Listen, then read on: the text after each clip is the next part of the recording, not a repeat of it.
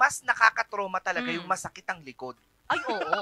Totoo. Kahit ano pang multo yan, pag masakit ang likod mo, hindi mo, wala kang pakialam sa mga nagbumulto sa'yo eh. Yung back pain mo talaga, lower back pain technically. Yeah, exactly. Oo, yung talagang mas nakakatakot. Kaya naman, pag-usapan na lang natin ito para mas matakot pa tayo.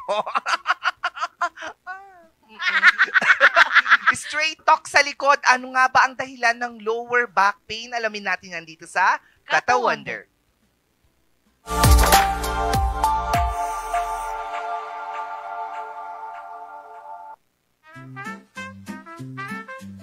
Grabe, sakit ng likod ko. Normal pa ba to? Gusto nyo bang malaman kung bakit sumasakit ang likod nyo at ang iba't ibang klase nito? Tara, alamin natin.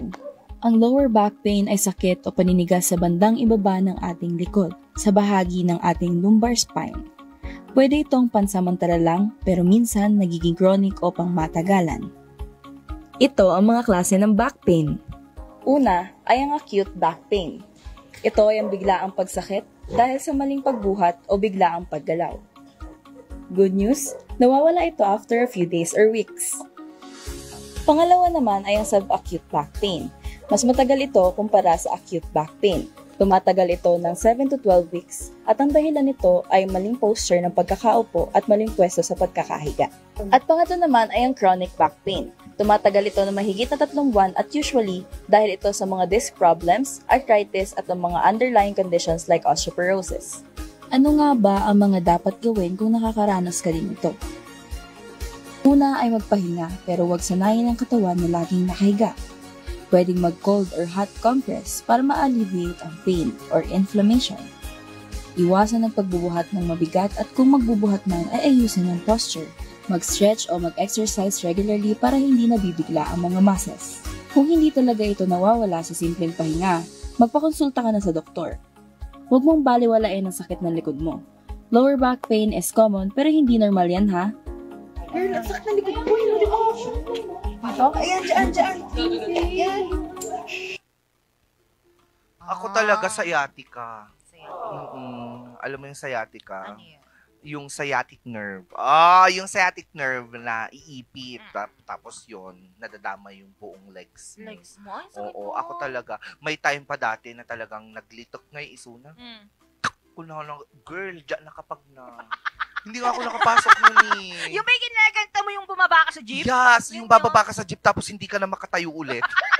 Kaya meron akong payong dati, yung malaking payong ko. Yun yung naging tungkod ko. Nakakahiya. Ay, grabe. Sabi ko sa'yo, ang sakit. Sabi ko, my gosh, when I was still younger, you do not think about these pains eh. Pero when you're already at the age of a lot of pains, iba na, parang nagugulat ka na lang. Na, my goodness. It hurts pala talaga. Yung narinig mo sa mga matatanda na, nagsakit isikot ko. Kung ina na maagamin. Hindi po nakukuha yan sa pahinga lang. Actually, alam ni Sir Marian. Pwede na lang at pumasok. Sir Marian, masakit na ba yung likod mo? Ganon? Nararanasan mo na yon? Yes, because you're 67? No, ano na pa lang siya, 68.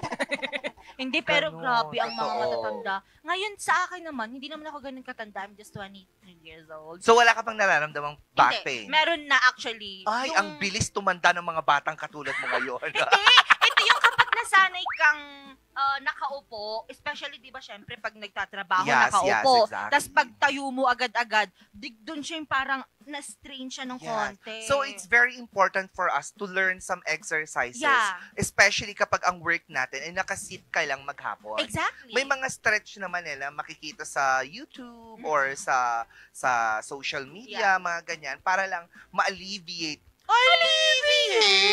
yung pain. Oo.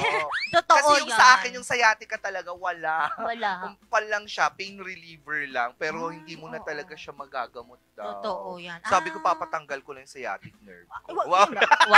Yung likod mo na lang. O yung lower back ko na lang patanggal ko. Pero masakit yan. Tapos kailangan isipin din natin talaga yung posture daw natin. Isa yun sa mga nagpo-pause. Kapag nakaganon ka. Kapag nakaupo ka kasi hindi dapat ganyan. Oo, hindi nakaganyan. Dapat naka-straight yung back tapos, mo. Ganyan. Yes, nagre-rest yung dito sa may bewang mo. Yes, ayan. Ganito, ganyan.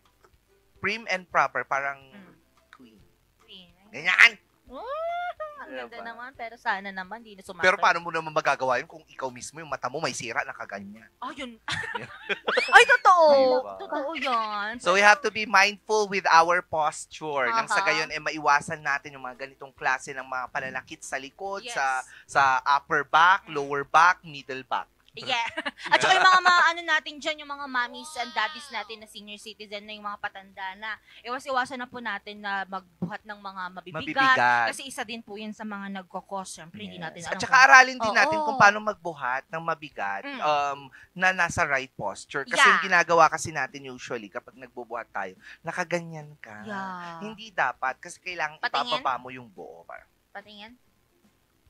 Iba naman yan eh. Iba yan lang. Ganun ba? Promise, yes. So, yung parang nag-i-squat ka daw? Yes, kasi syempre kahit papaano nag-physical therapy din. Oo din. Kailangan Diba? ibaba mo rin yung So, dito I know eh. Yung mga ganun mga simple lang naman. Malay mo, in the coming days, may makausap tayo kung paano nga ba ang tamang pagbubuhat ng hollow blocks. Tatawagin natin si Akira. Totoo, hollow blocks, galon-galon of water. Diba? Anyway, mga ka-MU,